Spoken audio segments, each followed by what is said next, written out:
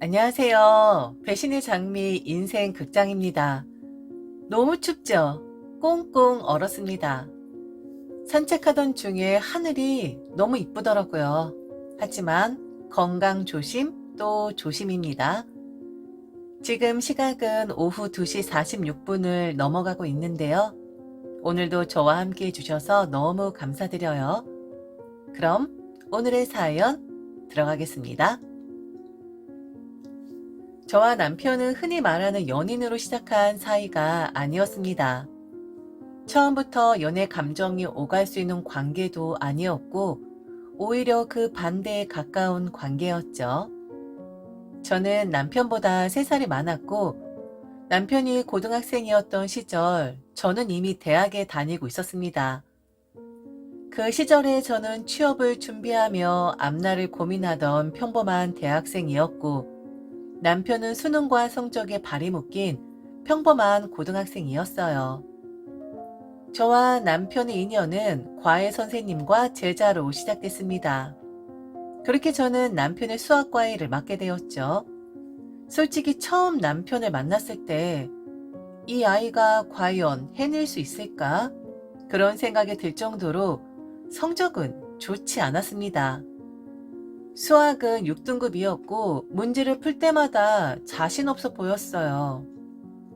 하지만 이상하게도 포기하지 않은 아이였습니다.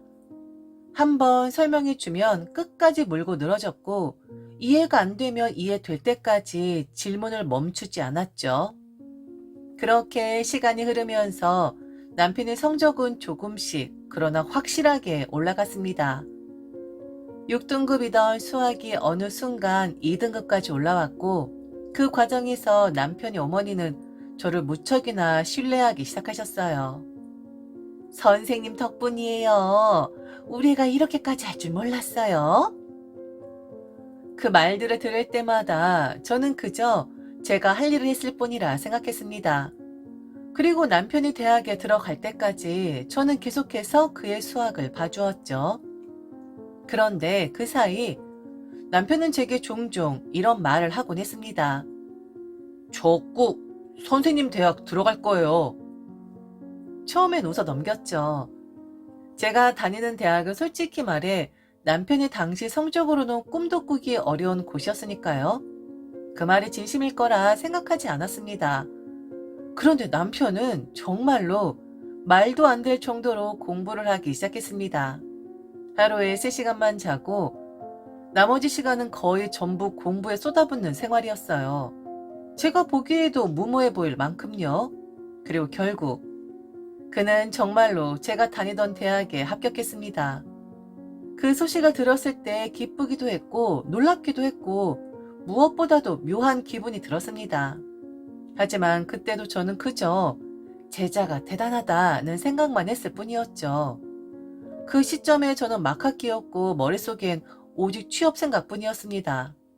원서 쓰고 면접 준비하고 하루하루가 정신없이 흘러가던 시기였죠. 그런 어느 날 남편이 제게 툭 던지듯 말을 꺼냈습니다. 언제쯤 저 좀 봐줄 거예요? 순간 무슨 말인지 이해가 되지 않았죠. 그래서 되물었죠. 뭘 봐준다는 거야? 그러자 남편이 한숨을 쉬듯 웃으며 말했습니다. 눈치 진짜 없다. 제가 왜 이 대학을 들어온 줄 몰라요? 그 말에 제가 웃으면서 넘기려 하자 남편은 갑자기 진지해졌습니다. 저 진짜 미친 듯이 공부했어요. 하루에 3시간 자고 나머지 다 공부였어요. 왜냐고요? 당신 때문에요. 그게 무슨 소리야? 야, 장난하지 마. 너랑 나랑 나이 차이도 있고 지금 무슨 말을 하는 거야? 나이 차이요? 3살이 뭐가 큰 차이예요? 나 당신 사랑해요. 그걸 몰랐다는 게 더 말이 안 돼요. 농담처럼 말한 것도 아니었고 순간의 감정으로 던진 말도 아니었습니다. 남편은 아주 오랜 준비한 사람처럼 확신에 찬 얼굴로 저를 보고 있었습니다. 그 진지함이 오히려 더 당황스러웠죠. 제가 눈치가 없던 건지 아니면 애초에 남자를 보지 않았던 건지 지금도 정확히 모르겠어요. 다만 확실한 건 그 마음을 가볍게 넘길 수는 없었다는 겁니다. 그래서 저는 솔직하게 말했습니다. 지금은 안 된다고. 제가 취업을 하고 그가 군대를 다녀오고 그때 다시 얘기하자고요. 그런데 이 사람 말로만 들으면 안 될 조건을 정말로 행동으로 옮겨버렸습니다. 남편은 해병대에 바로 자원 입대를 해버렸습니다. 아무 예고도 없이. 마치 마음을 증명이라도 하던 말이죠. 그렇게 시간이 흘러 저는 사회인이 되었고 남편은 군대를 제대한 뒤 다시 학교로 복학했죠. 그리고 또다시 그는 제 앞에 섰습니다. 이번엔 확실히 달랐죠. 군대를 다녀와서 그런지 말투도 눈빛도 분위기도 이전과는 다른 사람이 되어 있었죠. 그래도 저는 쉽게 마음을 열지 못했습니다. 그는 아직 학생이었고 저는 이미 사회인이었으니까요. 앞으로 어떤 사람이 될 줄 모르는 상황에서 그 마음을 받아주는 게 왠지 모르게 죄스러운 느낌이 들었거든요. 그래서 또다시 조건을 내밀었죠. 졸업하면 얘기하자. 그리고 놀랍게도 이 남자는 또 그 조건을 지켜냈습니다. 졸업 후 작은 중소기업에 취업한 뒤 그는 다시 제 앞에 나타났습니다. 그리고 아주 당당하게 말했죠. 이젠 더 이상 조건 없죠? 나 오늘부터 네 남자친구 한다. 나 약속 다 지켰어. 그러니까 이제 네가 약속 지킬 차례야. 그렇게 우리는 오랜 시간의 유예의 끝에 연인이 되었습니다. 연애는 그렇게 시작됐고 우리는 생각보다 오래 만났습니다. 4년이라는 시간이 흘렀죠. 연애 초반에 솔직히 좋기만 했습니다. 남편은 늘 한결같았고 저를 대하는 태도도 변함이 없었어요. 하지만 시간이 지날수록 제 마음 한구석엔 아주 현실적인 불안이 고개를 들기 시작했습니다. 제가 남편보다 3살이 많다는 사실. 처음엔 아무렇지 않다고 생각했는데 연애가 길어질수록 그 숫자가 은근히 마음에 걸리더라고요. 이렇게 연애만 해도 되는 걸까? 나만 조급해지는 건 아닐까? 그렇다고 그 부담을 남편에게 그대로 얹고 싶진 않았습니다. 괜히 결혼 이야기 먼저 꺼냈다가 남편을 압박하는 사람처럼 보이고 싶지도 않았고요. 그래서 그저 마음으로만 계산기를 두드리며 아무 말 없이 시간을 보내고 있었죠. 그런데 정말 예상치 못한 일이 벌어졌습니다. 덜컥 아이가 생긴 겁니다. 요즘 세상에 혼전 임신이 무슨 큰 흠이냐고들 하죠. 저도 머리로는 알고 있었습니다. 하지만 막상 제 상황에 당사자가 되니 생각과는 전혀 다르더라고요. 아이를 품고 있다는 사실 자체는 소중했고 감사했지만 한편으론 설명하기 어려운 위축감이 들었습니다. 흠은 아니지만 괜히 제 존재가 조금 작아지는 느낌이라고 할까요? 그런데 의외로 친정의 반응은 너무도 담담했습니다. 성인 남녀가 사랑하고 만나다 보면 그럴 수도 있지. 요즘엔 난임 때문에 애 낳고 싶어도 못 낳는 사람도 얼마나 많은데 이게 얼마나 다행이냐? 그러면서 이왕 이렇게 된 거 얼른 결혼 준비하는 게 좋겠다는 말까지 자연스럽게 이어졌죠. 남편의 반응은 더 말할 것도 없었습니다. 진심으로 기뻐했고 오히려 타이밍이 너무 좋다며 웃더군요. 사실 남편은 그 무렵 이미 저에게 프로포즈를 할 계획이 있었다고 했습니다. 그래서 관계를 가질 때도 속으로는 제발 임신이 됐으면 하는 마음까지 들었다고 하더라고요. 그 말을 들으니 조금 어이가 없기도 하고 조금은 마음이 놓이기도 했습니다. 물론 제 마음이 완전히 편해진 건 아니었지만 주변에서 계속 편하게 먹어라, 생각하지 마라, 축복이다 라고 말해주니 그 말들에 조금씩 기대게 되더군요. 그렇게 저는 그래, 괜찮다고 스스로를 다독이고 있었습니다. 그런데 문제는 시댁이었습니다. 정확히 말하면 시어머니였죠. 제가 남편의 수학 과외 선생님이었을 때 그때 시어머니는 저를 정말 많이 예뻐하셨습니다. 선생님 아니었으면 우리 애 대학 못 갔어요. 선생님 같은 분 만나서 얼마나 다행인지 몰라요. 그런 말을 서슴없이 하시던 분이었죠. 그런데 제가 과외 선생님이 아니라 아들 여자친구가 되자 그 마음은 거짓말처럼 싹 사라졌습니다. 아니, 사라진 정도가 아니라 노골적인 반감으로 바뀌었죠. 가장 먼저 문제 삼은 건 역시 나이였습니다. 3살이나 많지 않니? 여자가 남자보다 나이 많은 건 아무래도 그렇지 않냐? 그리고 이어서 처음 만남의 관계를 끄집어내셨죠. 처음 만난 게 선생이랑 제자 사이였잖아? 그때부터 그런 감정 있었던 거 아니야? 순진한 애 꼬신 거 아니냐? 말 하나하나가 듣는 사람 숨 막히게 만드는 말들이었습니다. 남편이 옆에서 아무리 설명을 해도 소용이 없었죠. 언젠가부터 시어머니 머릿속에는 정답이 이미 정해져 있었고 그 정답에 맞지 않는 설명은 아무 의미도 없었습니다. 그런데 이젠 제가 임신을 했잖아요. 아무리 싫고 미워도 이젠 어쩔 수 없는 상황이 된 거 아니겠습니까? 적어도 저는 그렇게 생각했습니다.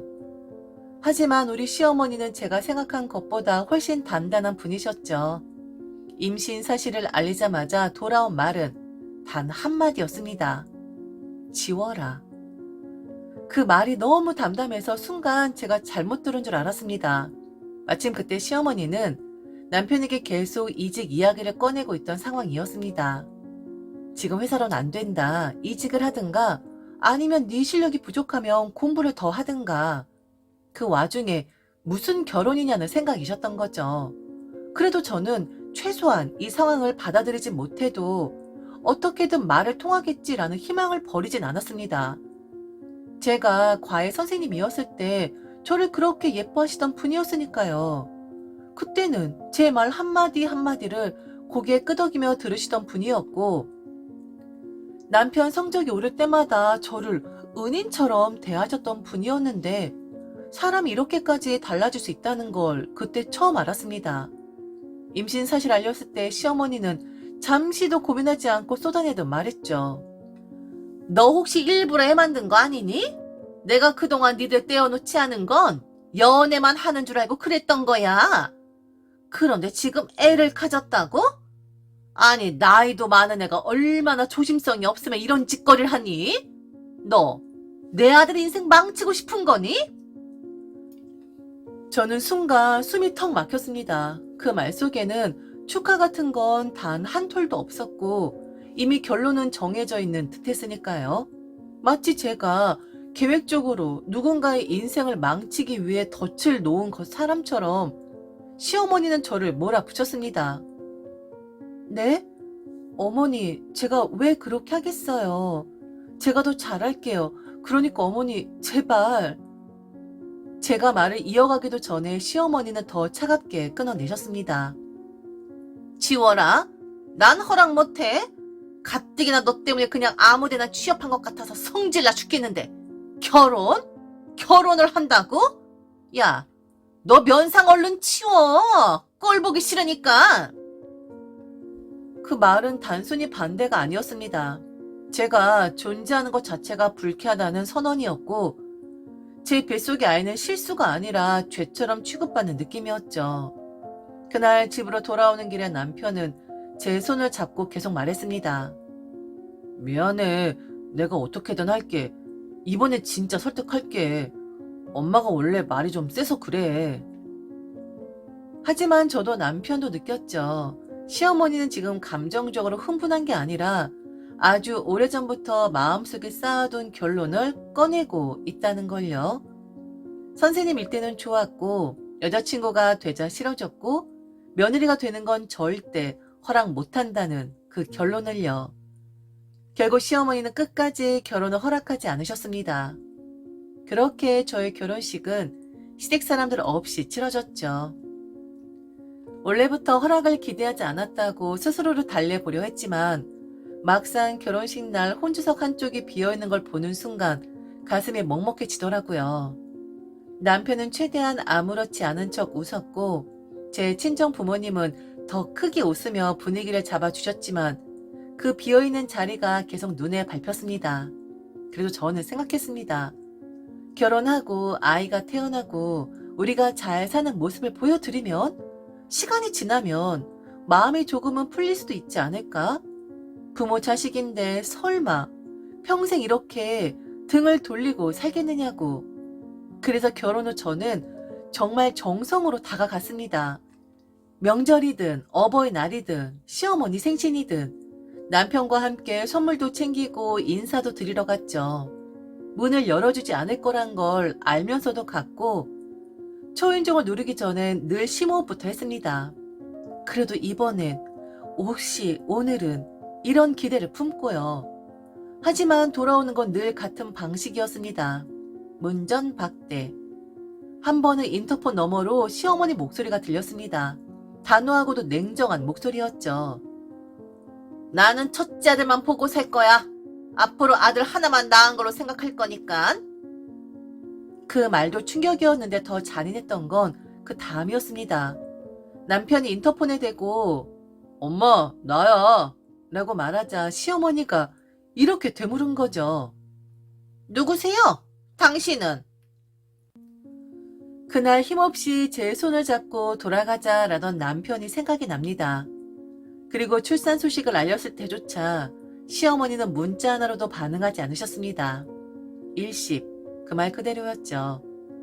그렇게 우리는 결혼한 지 1년 만에 시댁과 완전히 연이 끊어졌습니다. 연을 끊었다라기보단 시댁 쪽에서 끊어버렸다고 해야 하는 게 더 맞는 말일 겁니다. 그 뒤로 4년 연락은 단 한 통도 없었습니다. 남편은 때때로 말했죠. 어쩔 수 없는 거 아니냐. 엄마가 나한테 누구세요? 라고 했을 때 이미 돌아갈 수 없는 길을 선택한 거지. 그 말이 맞는 걸 알면서도 제 마음은 자꾸만 무거워졌습니다. 남편이 겉으로 괜찮아 보여도 속으론 분명 서운함과 그리움이 남아있을 테니까요. 그걸 제가 대신 채워줄 순 없지만 적어도 남편이 덜 아프게, 덜 비어 보이게 제가 더 잘하는 수밖에 없었습니다. 그렇게 시댁과는 완전히 담을 쌓고 살고 있던 어느 날이었어요. 제 딸아이가 5살이 되던 해였습니다. 그날은 유난히도 정신이 없던 밤이었습니다. 다음 날이 아이의 첫 소풍이었거든요. 아이는 전날부터 배낭을 메고 집안을 돌아다니며 들떠 있었고 엄마, 내일 도시락은 뭐야? 간식은 몇 개야? 같은 질문을 몇 번이나 반복했죠. 저도 덩달아 신경이 쓰였습니다. 알람을 몇 개나 맞춰두고 소품 가방에 넣을 물건들을 다시 확인하고 혹시라도 빠진 건 없을지 몇 번이나 체크하다 보니 평소보다 늦게 잠자리에 들게 되었습니다. 그런데 한참 깊이 잠들었을 무렵 갑자기 휴대폰이 울렸습니다. 처음엔 알람인 줄 알았죠. 벌써 아침인가? 눈을 비비며 시계를 봤는데 새벽 4시. 아니 이 시간에 무슨 전화지? 잠이 덜 깬 상태로 핸드폰 화면을 내려다보는 순간 심장이 덜컥 내려앉았습니다. 시어머니. 순간적으로 머릿속이 하얘졌죠. 시간보다도 이름보다도 왜 지금? 이라는 생각이 먼저 들더군요. 가슴이 두근거렸지만 전화를 받았습니다. 여보세요? 어머니?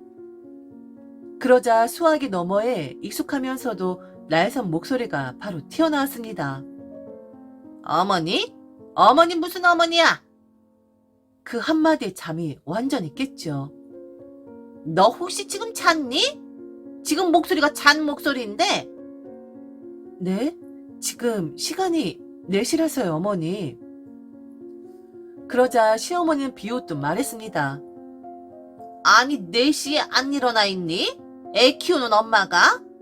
혹시 너 일 관뒀니? 말이 쉴 새 없이 이어졌습니다. 일 관두고 우리 아들만 일 시키는 거 아니야? 워킹맘들은 대부분 새벽같이 일어나서 애 챙긴다던데? 너 일 관뒀어? 아니요, 일 관두지 않았고요. 이렇게 일찍 시작하지 않아도 되는 일이에요. 저 지금 수학 강사로 일하고 있어서요. 아이 챙기고 일하는데 크게 무리는 없어요. 잠깐의 정적이 흐르더니 시어머니는 마치 관심 없다는 듯 툭 내뱉었습니다. 그래? 암튼 뭐 너 말소리 좀 줄여라. 우리 아들 잠 깨겠다. 전화 왔었다고 전해. 그 말에 순간 마음이 묘해졌습니다. 이 집에서 남편은 여전히 우리 아들이었고 저는 여전히 조심해야 할 사람이었죠. 그리고 곧바로 본론으로 들어갔습니다. 그래서 우리 아들 이직했냐? 내가 그렇게 이직하라고 조언했었잖아. 엄마 말 들었냐고. 저는 21번 고르고 대답했습니다. 아, 그게 어머니, 지금 그 사람 저희 아버지 회사에서. 말이 끝나기도 전에 시어머니 목소리가 높아졌습니다. 아버지 회사? 네 아버지? 혹시 우리 아들 거기 끌려 들어간 거 아니야? 네가 억지로 집어넣은 거 아니냐고. 지금 거기서 노예처럼 불임당하고 사는 거 아니야? 저는 깜짝 놀라서 급히 설명했죠. 아니에요, 어머니. 저희 아버지 회사 아주 튼튼한 곳이에요. 요즘 한류 때문에 난리잖아요. 아버지 회사가 엔터 사업을 새로 시작했거든요.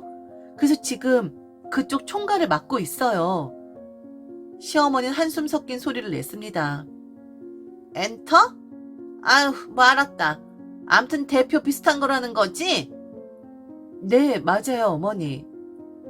그 한마디를 끝으로 시어머니는 정말 아무렇지도 않게 전화를 툭 끊어버렸습니다. 수화기에서 신호음이 들리는 동안 저는 한참을 핸드폰만 바라보고 있었습니다. 이게 뭐지? 안부도 아니고 사과도 아니고 그렇다고 화해도 아닌데 그래도 이상하게 마음 한편이 흔들렸습니다. 4년 만에 전화였으니까요. 남편을 깨워 바로 이야기를 전했죠. 남편은 눈을 동그랗게 뜨더니 곧 미묘하게 웃는 표정을 짓더군요. 진짜? 엄마가 전화했다고? 놀라면서도 분명히 기뻐하는 얼굴이었습니다. 이렇게라도 우리 소식 전한 게 어디야. 그치? 그 말에 저는 차마 대답을 못했어요. 그 기쁨이 얼마나 간절한 건지 알 것 같아서요. 사실 남편은 그 무렵 저희 아버지 회사에서 엔터 사업 총괄을 맡은 지 반년 정도가 된 상태였습니다. 그리고 감사하게도 성과를 내고 있던 중이었죠. 저희 아버지 원래 영화 투자 쪽 일을 오래 하셨고 그래서 엔터 사업으로 확장하는 것도 무리는 아니었던 상황이었습니다. 남편은 그 안에서 나름 자리를 잡아가고 있었고 그걸 시어머니가 알게 됐다는 사실만으로도 남편의 위안을 얻은 듯 보였습니다. 그날 이후 저희는 묘한 기대 속에서 하루하루를 보냈죠. 혹시 다시 전화가 오지 않을까? 이번엔 조금 달라지지 않았을까? 괜히 핸드폰이 울리면 가슴이 먼저 반응했고 모르는 번호에도 신경이 쓰이더군요. 그리고 며칠이 지난 어느 날 정말로 다시 전화가 걸려왔습니다. 시어머니에게서요. 그런데 이번에는 단도직입적이었어요. 남편과 함께 집에 좀 오라는 말이었습니다. 다 같이 의논할 게 있다고요. 그 말 한마디에 가슴이 묘하게 들떴다가 바로 가라앉았습니다. 4년 만에 호출이었으니까요. 그동안의 침묵을 생각하면 의논이라는 단어가 썩 어울리진 않았지만 그래도 혹시나 하는 마음이 들었죠. 그 주 주말 남편과 저는 양손 가득 선물을 들고 시댁으로 향했습니다. 혹시 모를 상황을 대비해 딸 아이는 친정에 맡겨둔 상태였죠. 시어머니는 제게 따로 아무 말도 하지 않으셨지만 남편에겐 이미 이야기를 해두셨다고 하더군요. 다들 감정이 격해질 수도 있으니까 아이는 두고 오라고 하셨어. 그 말을 들었을 때 괜히 마음이 더 무거워졌습니다. 아이를 보지 말자는 말이 아니라 아이 앞에선 할 수 없는 이야기가 있다는 것처럼 들렸거든요. 시댁으로 가는 길 발걸음 이상하게 가볍기도 하고 무겁기도 했습니다. 혹시 이번엔 정말로 얼음이 조금은 녹는 자리가 아닐까 싶다가도 괜히 또 기대했다가 상처만 더 깊어지는 건 아닐지 오만 가지 생각이 머릿속을 어지럽혔습니다. 그리고 시댁 현관문을 여는 순간 그 냄새와 공기 정말로 지금도 잊히지 않습니다. 어릴 적부터 남편이 살아온 집 특유의 냄새, 낯설지 않으면서도 이젠 더 이상 내 자리가 아닌 공간의 공기, 문을 열고 들어가자마자 몸이 먼저 긴장하는 게 느껴졌습니다. 거실 중앙엔 시어머니와 아주버님, 그러니까 남편의 형이 나란히 앉아 있었습니다. 저희가 결혼하고 얼마 지나지 않아 아주버님도 결혼을 한 걸로 알고 있었는데 그날은 아내의 모습은 보이지 않더군요. 오랜만에 한자리에 모여 있으니 자연스럽게 어색한 공기가 흘렀습니다. 누가 먼저 말을 꺼내야 할지 잠시 정적이 흐르던 그때 시어머니가 갑자기 저를 보며 말했습니다. 냉장고에 과일 있어. 그것 좀 내와라. 뭐 살림하는 애니까 대충 어디 있는지 다 알지? 차도 좀 내오고. 그 말투엔 부탁도 망설임도 없었습니다. 이미 정해진 역할을 당연하다는 듯 던지는 말이었죠. 순간 마음이 복잡해졌지만 그래도 저는 일어났습니다. 며느리니까요. 그리고 이 집에서 결혼 후 처음으로 부엌에 들어가는 순간이었으니까요. 이상하게도 조금은 설레는 마음도 있었습니다. 그래, 이제 정말 가족으로 받아들이는 건가? 그래서 이렇게 부엌에 들어오라고 하는 건가?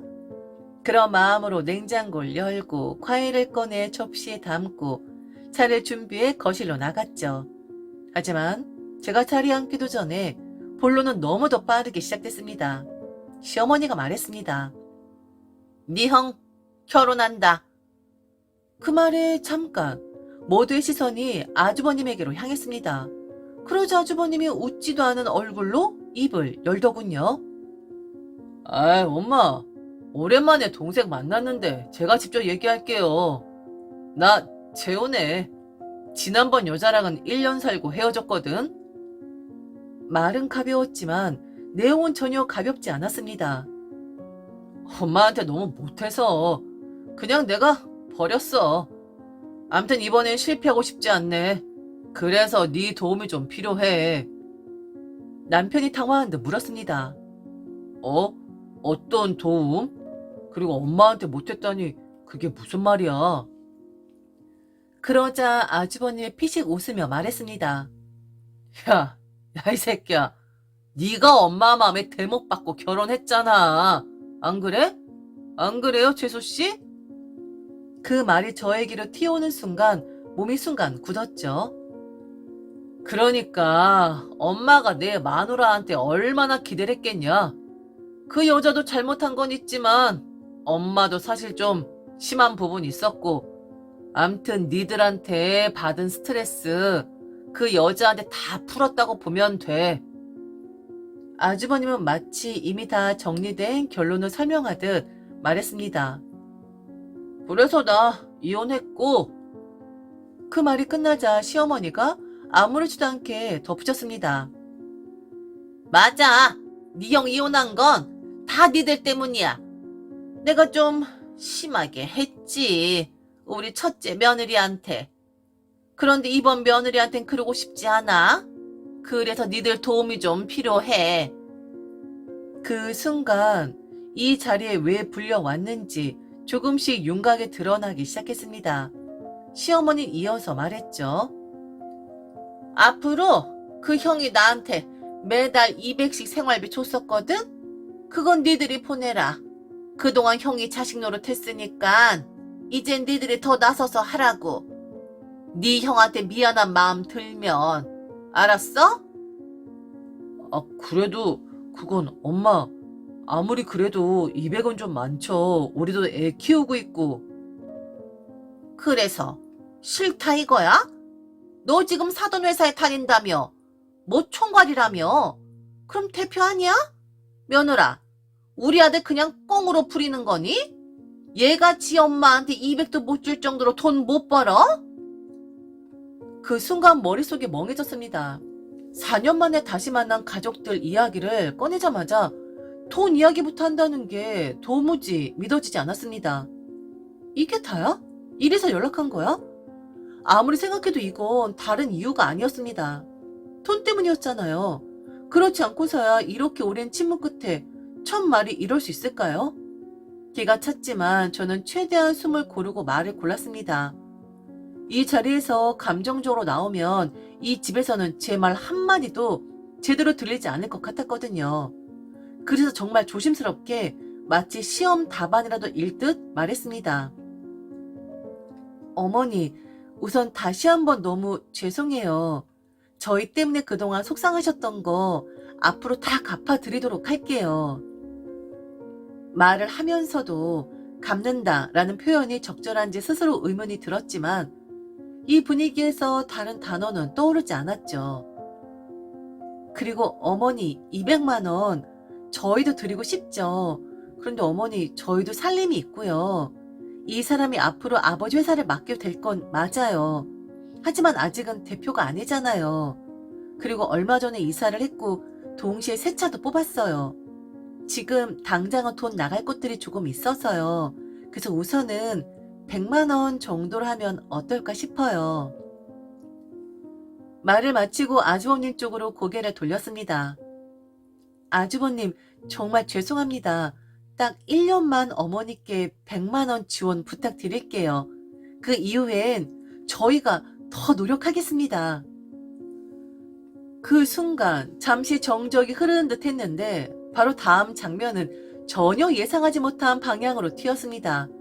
시어머니가 갑자기, 정말 갑자기 크게 웃기 시작하셨습니다. 그 웃음은 기분 좋은 웃음도 민망한 웃음도 아니었습니다.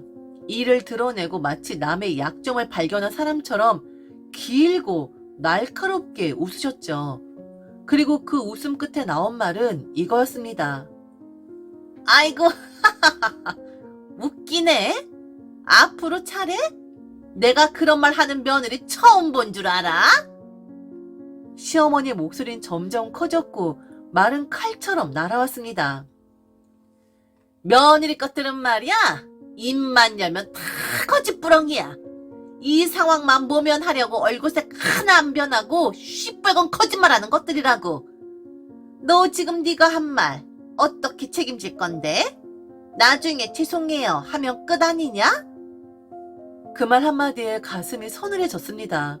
그리고 시어머니는 제 쪽에서 시선을 떼더니 곧장 남편을 바라보며 말을 던졌습니다. 그래, 아들, 너 진짜 사돈회사 네 거 되는 거야? 그거 종이로 정리해놨어?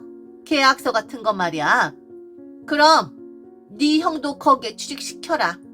내가 좀 알아보니까 그 엔터 사업 되는 거더만. 규모도 좀 있던데? 형도 거기 취직시켜서 나중에 공동으로 사업 물려받아. 이거 해주면 니들 말 믿어줄게. 순간 귀를 의심했습니다. 이게 지금 협상이라는 건지 아니면 거래인지 아니면 그냥 강요인지조차 구분이 안 됐습니다. 그러더니 갑자기 시어머니가 또 다른 카드를 꺼냈죠. 니들이 그렇게만 해준다면 내가 나가서 일할게. 200? 당연히 벌지 내 나이에도. 그때 아주버님이 능글맞은 얼굴로 말을 받았습니다. 아휴, 엄마, 뭐 말이 이렇게 나왔으니까 재수씨, 동생아, 나도 취직시켜줘라. 그렇게 해주면 엄마 생활비 내가 낼게. 그리고 너도 그렇고 재수씨도 그렇고 지금 이 제안 황당하면 안 되는 거야. 나한테 미안하지 않아? 그동안 내가 얼마나 고생했는데. 그러니까 이제 그동안 한 고생에 대한 보상 좀 해줘라. 거기 회사 크던데? 캬, 야 임마, 너 여자 잘 잡았더라. 그 말을 듣는 순간 정말로 정신이 멍해졌습니다. 분노보다 먼저 현기증이 났고 지금 이 상황이 현실인지 머릿속에서 분간이 되질 않았습니다. 저는 남편의 얼굴을 먼저 바라봤죠. 솔직히 말하면 제가 이 정도로 화가 났다면 남편은 그보다 더 분노하고 있을 거라고 믿었거든요. 그런데 그 사람은 아무 말도 하지 않은 채 그저 고개만 끄덕이고 있었습니다. 마치 상황을 이해하지만 굳이 맞서 싸울 생각은 없다는 듯한 표정으로요. 그 모습을 보는 순간 가슴 안쪽이 서늘해졌습니다. 아, 이대로 두면 이 사람들은 이 상황을 동의로 받아들이겠구나. 그래서 이번엔 한 발 더 나갔습니다. 더는 돌려 말하지 않았어요. 아주버니가, 어머니가 마음 쓰신 건 알겠어요. 그런데 회사가 보상이 될 순 없죠. 아니, 무슨 그런 말씀을 이렇게 당연하게 하십니까? 그때 시어머니가 제 말을 자르듯 소리쳤습니다. 뭐? 야, 넌 빠져. 우리 아들이 지금 총괄하는 거지 네가 하는 게 아니잖아. 아들 대답이 가장 중요하지. 네가 뭔데 끼어들어 지금? 그 말을 듣는 순간 저도 더 이상 참지 않았습니다. 어머니, 제가 왜 빠지나요? 이 사람이 총괄하고 있지만 저희 아버지 회사인데요. 지금 이게 말이 된다고 생각하세요? 오늘 저희 부르신 이유가 이거였어요? 결국 생활비는 핑계였고 원하신 건 아주버니 취업이었던 거잖아요. 말이 되는 소리를 하세요, 지금. 왜 말이 안 돼? 어? 지금까지 누가 원인이었는데? 누구 때문에 우리 아들들이 떨어져 지냈는데? 너는 말로만 미안하다고 하지 말고 행동으로 좀 보여. 너 때문에 우리 가족 파탄 났었어. 그동안 멀어진 형제도 다시 쌓고 얼마나 좋아. 형이랑 같이 일하면. 저는 한숨처럼 웃음이 나왔습니다. 아, 그냥 누구세요 하셨던 분이시잖아요? 시어머니 얼굴이 굳었습니다. 계속 누구세요 해주세요. 없는 자식으로 치겠다고. 앞으로 자식은 첫째만이라고 하셨잖아요. 그때처럼 그냥 그렇게 해주세요. 저도 없는 며느리로 치시고요. 보상을 하라고요? 저희가 왜요? 제가 이혼하라고 했나요? 저는 어머니께 잘하겠다고 받아달라고 했던 사람이에요. 저희를 밀어낸 건, 선을 끄는 건 어머니잖아요. 그런데 이제 와서 왜 저희한테 책임을 전가하십니까? 오늘 말씀하신 것도 전부 못합니다. 지난번엔 어머니가 저희를 안 받아주셨죠? 이번엔 저희가 안 받아드리겠습니다. 이런 이유로 부르시는 거라면 앞으로 연락 안 하셔도 돼요. 여보, 일어나. 남편은 잠시 멈칫하더니 제 손길에 이끌리듯 자리에서 일어났습니다. 우린 더 이상 아무 말도 하지 않고 그 집을 나왔죠. 차에 타서 집으로 돌아오는 내내 단 한마디도 나누지 않았습니다. 서로 할 말이 없었다기보다는 이미 너무 많은 말들이 오갔고 그걸 다시 꺼낼 힘이 없었기 때문이었죠.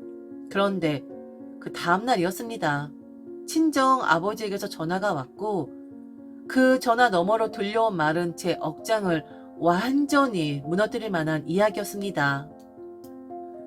그 다음날 아침이었습니다. 친정 아버지에게서 전화가 왔고 수화기 너머로 들려온 아버지 목소리는 제가 한 번도 들어본 적 없는 톤이었습니다. 김서방한테 한 달 안에 정리하라고 했다. 네? 그게 무슨... 아니 오늘 아침에 집중 와서 그러더라. 내가 기가 막혀서. 자기 형 취업을 좀 부탁하더라. 그래서 나는 그 정도는 생각해보겠다고 했다. 여기까지만 해도 아버지는 최대한 어른스럽게 대응하셨다고 했습니다. 그런데 문제는 그 다음 말이었습니다. 그런데 말이야, 자기 엄마가 얼마나 고생했는지 아느냐고. 너 때문에 대모없이 박혔다고. 그게 자기 엄마 평생 소원이라면서. 자기 형이랑 김서방 본인한테 회사를 조금 더 일찍 물려주면 안 되겠냐고 하더라. 딸 잘못 키운 것에 대한 보상을 바란다고. 그래서 내가 물었다. 네가 왜 보상을 해줘야 하냐고. 네가 그 집안 파탄 냈냐? 누가 누구 인생 망쳤다고 보상을 운운하냐고. 딸, 파탄난 가족 다시 이어붙이라고 그놈 보내줘. 어디 감히 내 앞에서 처가 재산을 대놓고 탐을래? 이혼해. 알았어? 전화는 거기까지였습니다. 결국 그 사람은 저한테서 안 되니 아버지한테까지 뻘짓을 한 겁니다. 남편은 한 달도 안 돼서 회사에서 나왔습니다. 아니, 쫓겨났다고 보는 게 맞겠죠. 그리고 저는 하루도 미루지 않고 이혼 소송을 준비했습니다. 처음에 소송으로 끝까지 가려고 했어요. 하지만 아이를 생각하니 그게 능사가 아니겠더군요. 결국 합의 이혼으로 정리했습니다. 그런데요, 이 인간은 끝까지 정신을 못 차리더군요. 이혼 절차를 밟던 중 저한테 이런 말을 하더라고요. 그냥 우리 위장 이혼하는 걸로 하자. 순간 제가 뭘 들은 건지 싶었습니다. 어차피 장인어른 금방 늙잖아. 그럼 아마 자기한테 회사 맡으라고 할 거야. 그때 내가 짠 하고 나타나는 거지. 자기야, 이건 우리 잘못이 아니야. 우리 서로 사랑하잖아. 로미오와 줄리엣이야. 우리는 양가 반대 때문에 지금 우리가 손해보는 거라고. 나 기다릴 수 있어. 그러니까 자기야, 위장 이혼으로 하자. 어? 저는 그 자리에서 그 인간 머리를 한 대 후려 갈겼습니다. 정말이지 머리에 똥이 들었나 싶었거든요. 그리고 아주 분명하게 말했죠. 정신 좀 차려. 너 나랑은 헤어지지만 우리 애한텐 아빠야. 그러니까 인생 그렇게 살지 마. 잘 된 거 아니야? 네 엄마가 그랬다며. 네 형이 너보다 더 똑똑하다고. 형이 대표하고 너는 놀면서 형한테 용돈 받으며 살면 된다고. 소원 이뤄졌네? 너 이제 실직 상태니까 형한테 용돈 받으며 살면 되잖아. 형제 쌓고 싶다며. 다 거절하고 받아들이지 못하는 나보다 그래도 뭐라도 해주려고 하는 원가족이 낫지 않겠니? 적어도 네 애한테 부끄럽고 싶지 않으면 정신 똑바로 차리고 살아. 그게 제가 전 남편에게 한 마지막 말이었습니다. 지금 저는 아버지 회사를 운영하고 있어요. 엔터 사업은 정리했고 영화 쪽 일만 하고 있습니다. 아이 잘 키우면서 살고 있고 아이 때문에 전 남편을 가끔 보긴 합니다.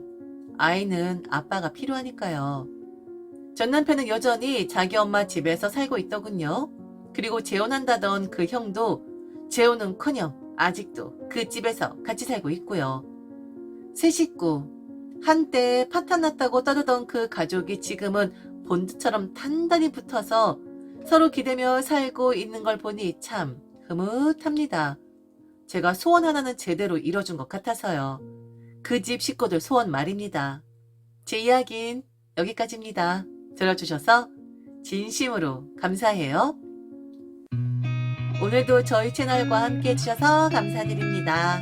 좋아요와 댓글은 사랑입니다. 감사해요.